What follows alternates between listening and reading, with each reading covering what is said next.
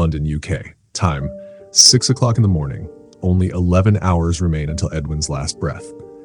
London is a city full of contrasts, where the sound of Big Ben's bells echoes through winding alleys and bustling markets like Camden Market and Borough Market. Its streets, with black cabs and red buses, hold stories from centuries past.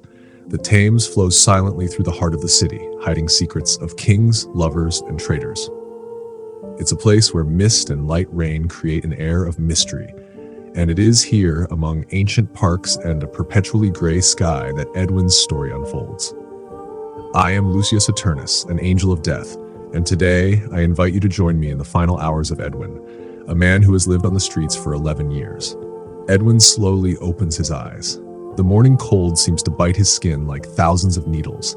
He huddles under a tattered blanket, trying to ward off the chill seeping into his bones.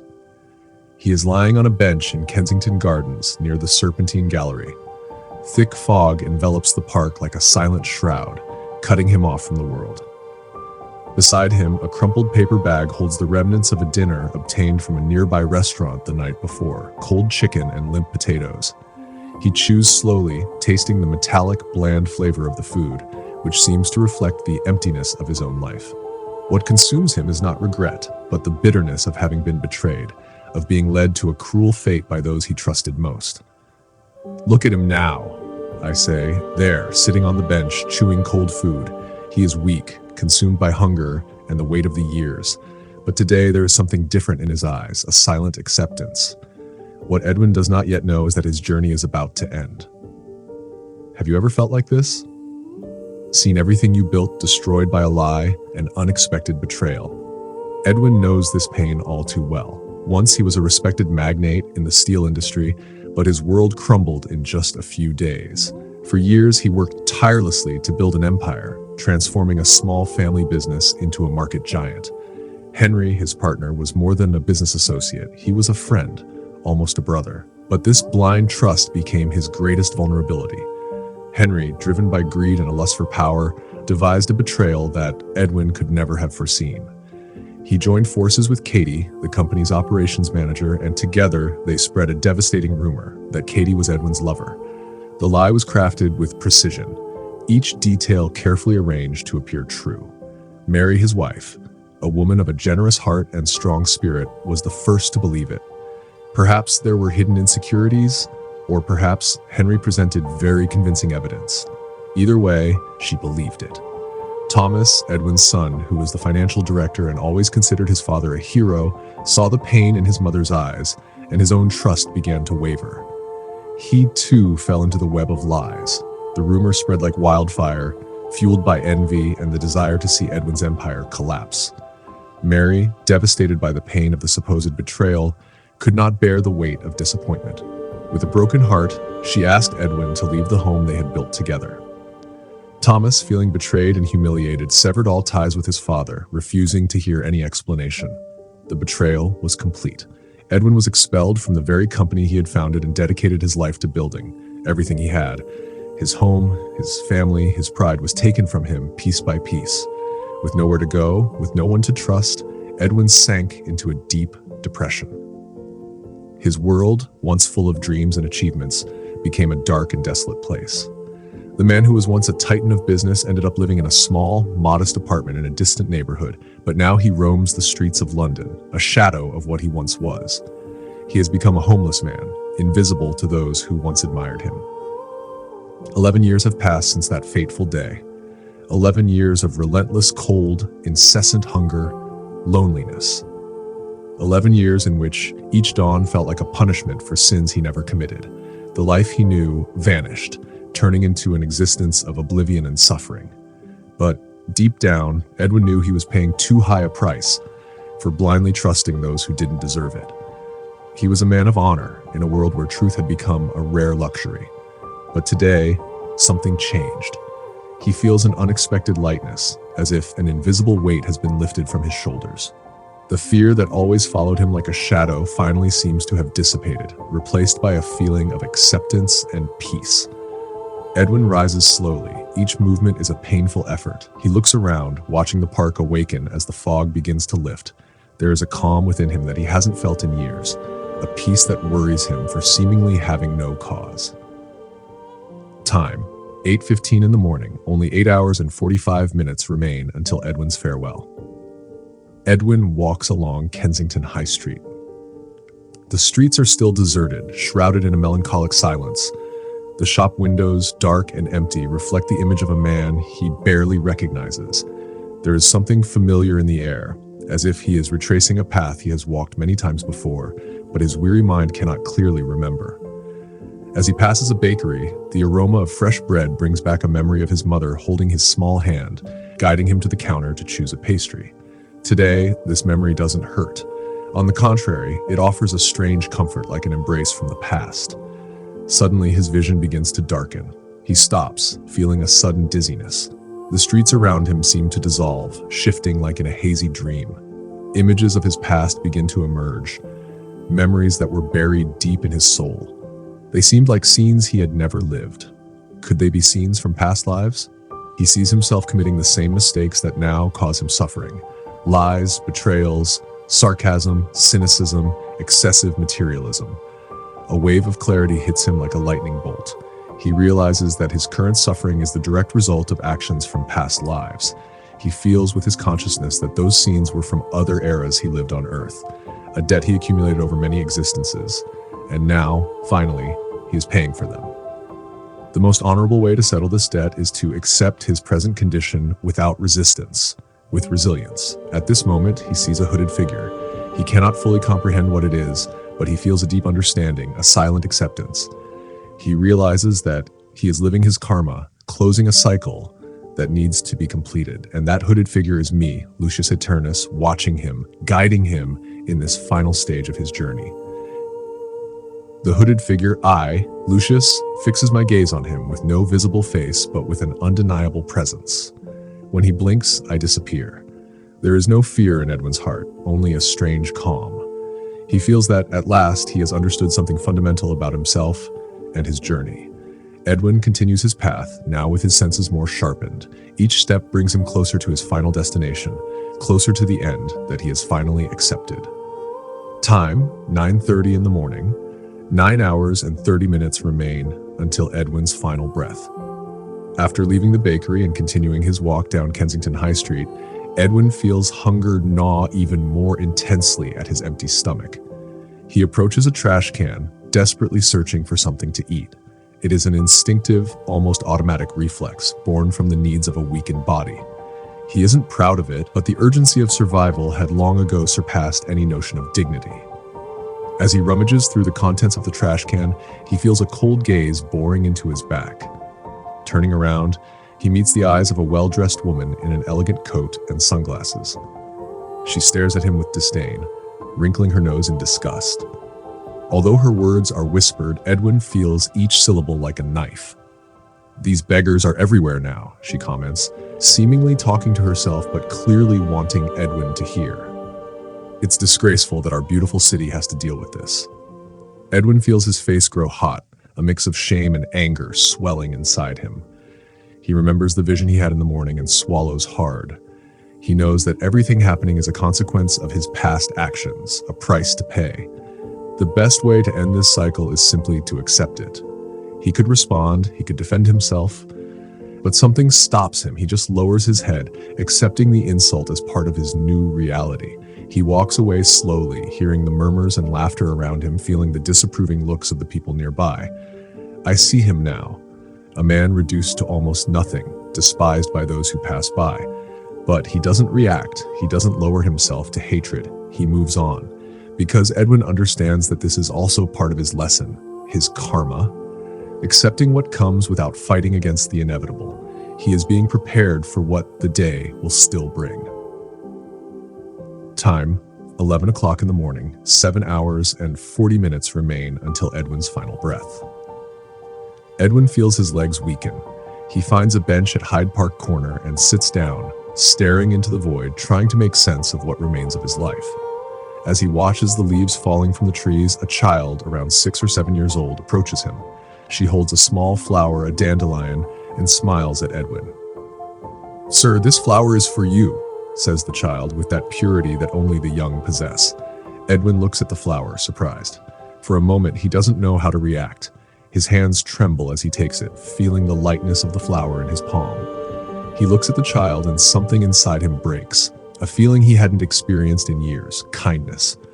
The child smiles again and runs back to her mother, Wallace, who watches from a distance, smiling gently. Edwin feels tears form. He realizes that even amidst so much pain and suffering, there is still kindness in the world. There is still beauty. He brings the flower to his face and closes his eyes, breathing in the gentle fragrance. For the first time in a long time, he feels human again, feels seen. Edwin looks at the flower in his hand and feels a warmth, a small spark of hope. Even amidst darkness, there are small rays of light.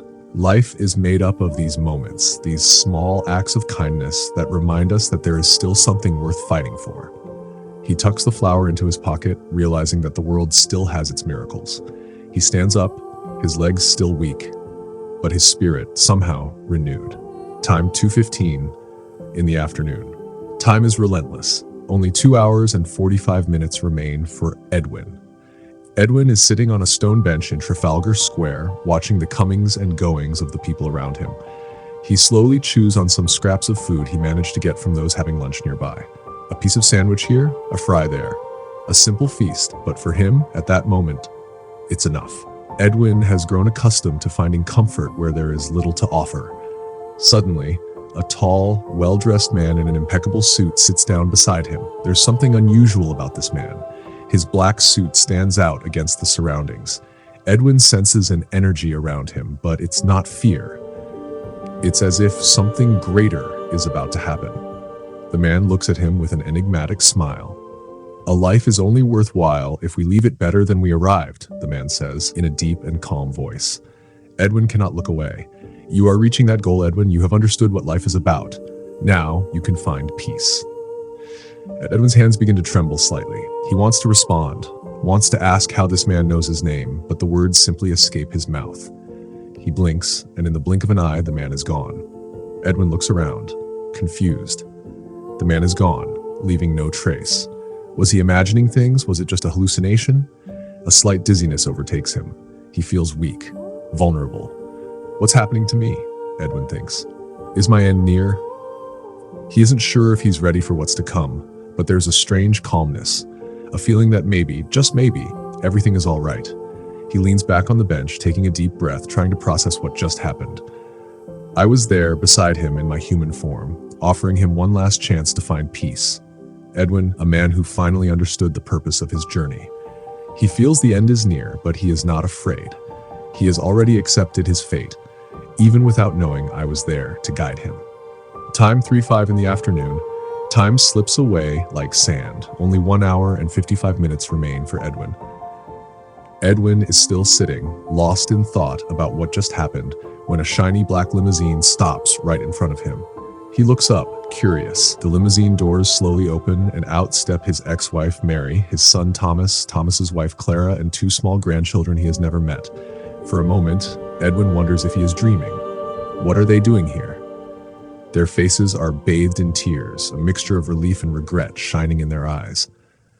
Mary is the first to speak, her voice trembling with emotion. "Edwin, we found out everything. It was all a setup, everything you went through, all those lies. Please forgive me." She sobs, moving closer to him. Thomas, his eyes red from crying, approaches and grabs Edwin's arm. "Dad, I was a fool. I believed Henry's lies. I should never have doubted you. I'm so sorry." His voice falters, each word heavy with regret. Edwin looks at them, feeling his heart tighten at the sight of his family. But he had already learned what life wanted to teach him. He knew that forgiveness was the path to the peace he had been searching for. He pulls them close, wrapping everyone in a tight embrace. "I forgive you," he says, his voice gentle but full of conviction. "In life, nothing happens by chance. Maybe I needed to go through all of this to understand what truly matters. And now I understand." They cry together, a mix of relief and pain. Edwin feels the weight of the world lift from his shoulders as he is enveloped by the warmth of his family. They decide to take him back to the family mansion in Chelsea, where he had lived for so many years before everything fell apart. In my spiritual form, I watch the scene from a distance. The silence around is deep and full of meaning. I see Mary's and Thomas's tears, Edwin's serenity in his final moments, and I feel a wave of emotion wash over me. As a guardian of souls, I feel something break inside me. An immense love for humanity floods over me. A deep compassion that flows like a never-ending river. I see human fragility, the struggle, the hope, and I am touched by an infinite tenderness. I, Lucius Aeternus, an angel of death, am deeply moved by the love you can nurture, even amid suffering. As one cycle ends and another begins, I see the beauty in your souls. My mission is to guide you with love and compassion to the next step of your journeys. After all, we are all learning to navigate the same destiny. Time, 5 p.m. The clock ticks toward the end. Only 30 minutes left for Edwin. The family mansion in Chelsea stands tall, its white walls glowing softly in the evening light. Edwin takes a hot shower, feeling the water wash over him, cleansing not just the dirt from years spent on the streets, but also the pain, the regrets, the sorrow he carries. As he steps out of the bathroom, he puts on clean, comfortable clothes. For the first time in so long, he feels a sense of dignity again. Everything feels almost surreal. Hard to believe how his life has turned around. He walks to the elegant dining room, where a long table is carefully set for a dinner of reconciliation. Candles cast a gentle glow, fresh flowers adorn the table, and the aroma of homemade food fills the air. Mary and Thomas are there, clearly emotional, their voices trembling as they begin to speak. Mary is the first to stand up, holding a glass of wine in her shaking hand. Edwin, I don't know if I could ever apologize enough. All I can say is that I love you, I always have, and I am deeply sorry for believing those lies. Her voice breaks, and she clutches her chest, trying to hold back tears. Thomas joins her, also rising.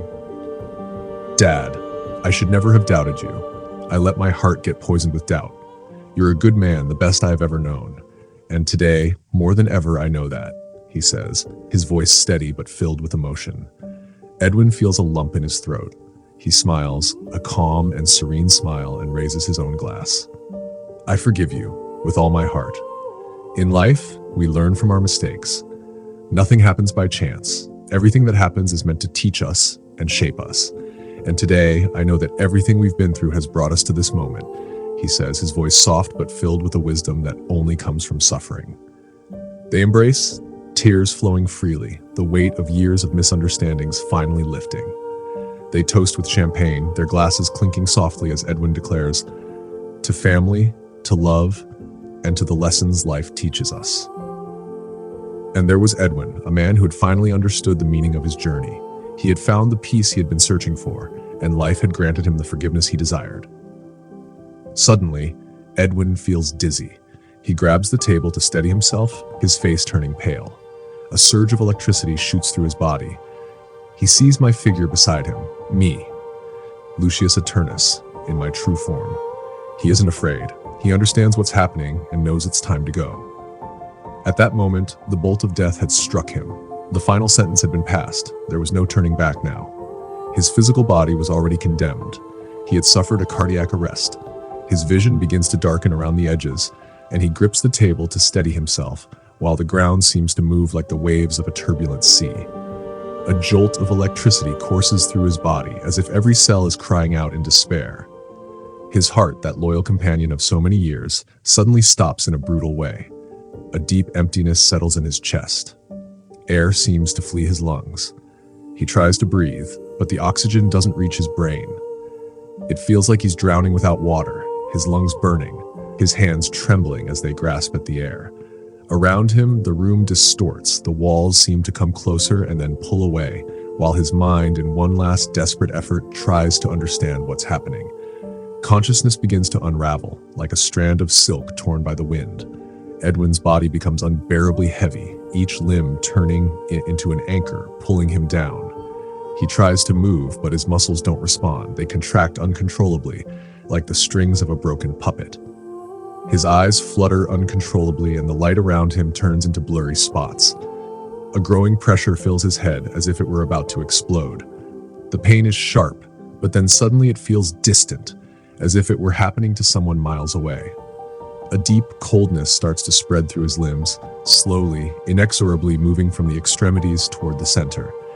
His fingers lose feeling, then his hands, until the numbness reaches his heart, spreading like ice, cracking across a silent lake. The electric sensation he felt before turns into a strange tingling that quickly fades. He tries to hold on to a memory, anything, but they begin to fade away, dissipating like mist at dawn. The image of the boy in the park with the flower in his hands comes to mind as the last remnant of that life. For a brief, terrible moment, Edwin feels the full weight of his life accumulating in these final seconds. He knows with a painful clarity there's no going back.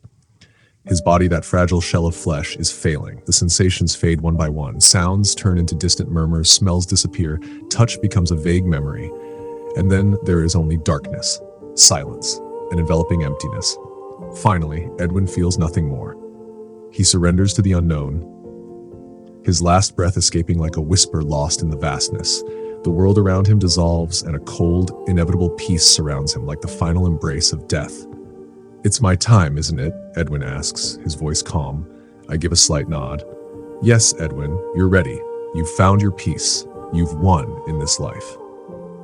As part of my sacred duty, I hold my scythe in my right hand. With a gentle, respectful gesture, I separate Edwin's soul from his body, like cutting a strand of silk in the wind.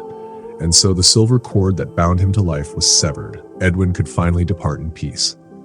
And so Edwin left, his heart full of love. He understood the purpose of his life, the cycle that needed to close. And now he is at peace. For him, death was not an end, but the beginning of something greater. Something that one day we will all understand. The dining room is enveloped in a deep, almost suffocating silence. The family, still holding their glasses, feels a presence in the air, something sacred and inexplicable, beyond what their eyes can see or their minds can comprehend. They realize that Edwin is gone, but they also feel that he has found the peace he was searching for. Tears flow, each one carrying the weight of loss and love. They hold each other tightly, seeking comfort in each other's warmth, as if human touch could ease the pain of farewell. In the distance, the bell of St. Martin in the Fields begins to chime, each toll like a soft goodbye, marking Edwin's passage from this world to the next. And now I speak to you, who are with me in this story. Life is a cycle of love, learning, and redemption. And one day, sooner or later, we will meet on the day of your death.